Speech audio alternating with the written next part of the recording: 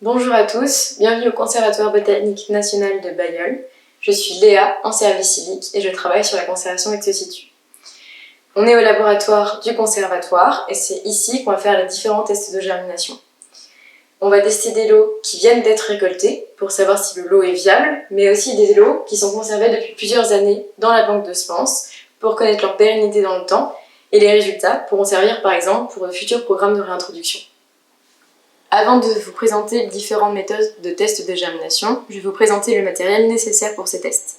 On utilise des étiquettes, du coton hygrophile acheté dans le commerce, une pipette pour arroser avec de l'eau déminéralisée, des lunettes contre les UV, du papier filtre, une feuille de suivi, du papier à poncer, une spatule, comme ceci, des pinces courbées, des ciseaux, un scalpel, du papier à poncer et bien sûr nos graines pour réaliser nos tests. Ici de Fumana procubans, de Fumana couché, de Cyanus segetum, de bleuet.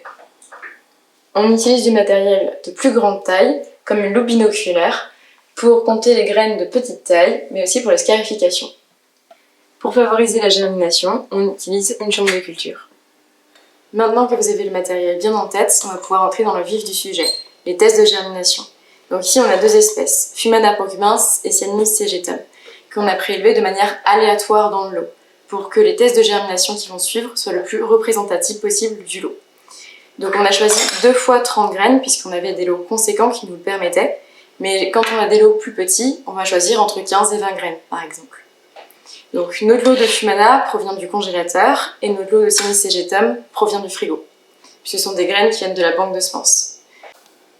Donc notre lot qui provient du frigo va passer 24 heures à l'air libre pour pouvoir reprendre une température et l'humidité par étapes. Le lot qui vient du congélateur va pour lui passer 24 heures à 5 degrés au frigo pour les mêmes raisons. Je vais commencer par vous présenter la méthode de test standard. Donc, on enlève nos graines de nos boîtes de pétri en verre. On va y mettre du coton hygrophile acheté dans le commerce, qu'on va humidifier. Et ça va nous permettre de garder l'humidité, parce que si on avait seulement un papier filtre, il faudrait arroser les graines tous les jours. On humidifie, tac. Ensuite, on va poser les papiers filtres qui vont nous servir de support pour poser les graines.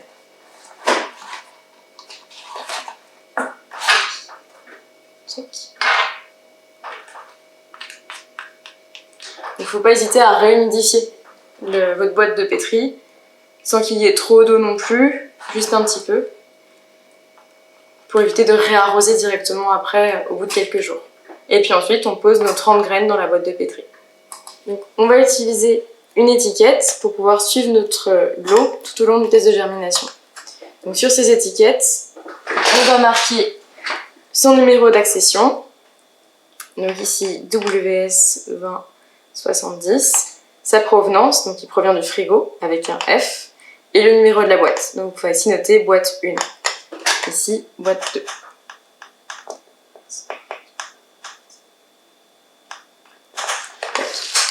Donc dans ce cas-ci, dans un test standard, on va les placer directement en chambre de culture, mais dans un cas d'une stratification au froid, les lots vont passer plusieurs semaines, donc 8 semaines par exemple, au froid et dans l'obscurité. Pour d'autres espèces avec un tégument plus épais, dans la nature, avec le frottement, le froid et les champignons, le tégument va s'abîmer et permettre à l'eau de pénétrer dans la graine. Mais ici, en laboratoire, on ne peut pas reproduire ce phénomène. Alors on va devoir scarifier les graines. Pour ce faire, on va utiliser 2 méthodes.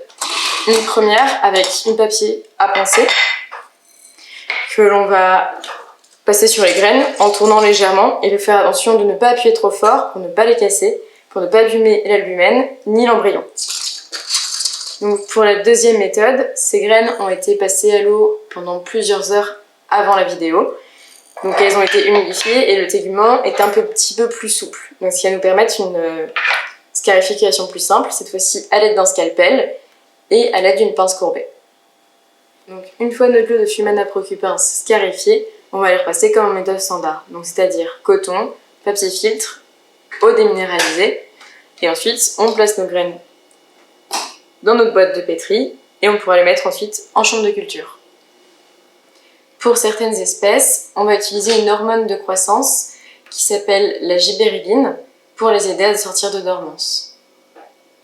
Une fois que vos tests de germination sont prêts, vous les placez dans la chambre de culture. Et ici, ce sont des LED horticoles faites pour favoriser la pousse. Quelques semaines plus tard, on peut observer des germinations sur les lots que l'on a mis dans la chambre de culture. Avant de mettre vos tests de germination en chambre de culture, il est important de noter ces informations sur la feuille de suivi.